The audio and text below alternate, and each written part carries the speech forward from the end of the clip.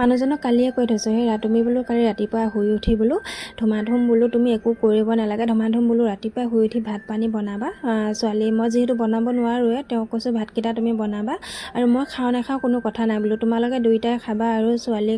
ছোৱালীক খোৱাবা বোলো, আৰু ছোৱালীক টিফিন বনাই দিবা। টিফিন বনাই তাৰপিছত বোলো তোমালোকে টাইমৰ মতে বোলো স্কুলত যাবা, ছোৱালীক বোলো টাইমৰ মতে স্কুলত পোৱাকৈ কৰিবা, কাৰণ তাই যিহেতু অকণমান কালি মানে জ্বৰ উঠি আছিলে, দাঁতৰ বিষ হৈ আছিলে, দাঁতৰ বিষৰ পৰা তাই অকণমান জ্বৰ উঠিছিলে। আকৌ কালি গধূলিয়ে মই তাইক ফাৰ্মাচীলৈ পঠিয়াই দিছোঁ, ছোৱালীকো লগত পঠিয়াই দিছোঁ, টেবলেট আনিলোঁ, আৰু ছোৱালীয়ে টেবলেট নাখায় কোনোমতে মানে খুৱাইছোঁ, মানে ঠগি খুৱাইছোঁ। তাই টেবলেট খাওঁ বুলি ক'লে ইমান যে বেয়া পায় নহয়, পানীৰ লগতে আকৌ গুলি কৰি তাইক খুৱাবলৈ দিছোঁ।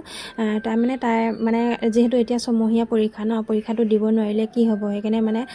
ভাল হওক বুলি ভগৱানকে মই আশীৰ্বাদ কৰিলোঁ। আৰু অকণমান যেনিবা ৰাতিপুৱা ভাল পালে আৰু তেওঁলোকক ৰাতিপুৱা পঠিয়াই ল'লোঁ। তাৰপিছত মই কাম কৰি আছোঁ, দিনটো খাওঁ নাখাওঁ কোনো কথা নাই, মানে এদিন যিহেতু কাম কৰিব নাপালে কেনেকুৱা ৰুমবিলাক হৈ থাকে হয় নাই বাৰু, 3 দিন নিজে যেতিয়া কৰিব নাপায় কেনেকুৱা হৈ থাকিব চাওকচোন, ইফালৰ কাপোৰ সিফালৰ কাপোৰ, যেতিয়া 3 দিন হয় নহয়,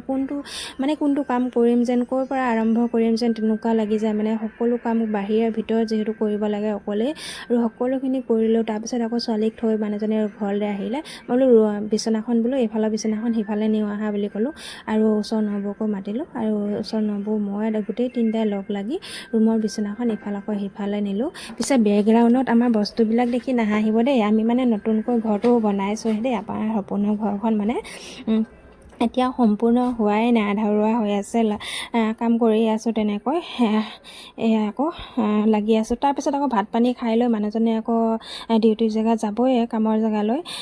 আৰু অলপ মানুহ এজনে মানে এয়া শাক আনি দিছিলে দেউতা লগৰ, আৰু এয়া মানে মানুহজনৰ কাৰণেও দি পঠিয়াব লাগিব, ঘৰৰ পৰা শাক পাচলি তেনেকৈ দি পঠিয়াওঁ, তেওঁ যেতিয়া আহে তেতিয়া মই দি পঠিয়াওঁ, বাৰীত কি আছে মানে এফালৰ পৰা দি পঠিয়াওঁ, আৰু তেওঁৰ কাৰণে চাউল আৰু শাক পাচলি অমিতা চমিতা তেনেকৈ মানে বান্ধি কৰি তেওঁৰ কাৰণে আকৌ দি পঠিয়াব লাগে, তেওঁক দি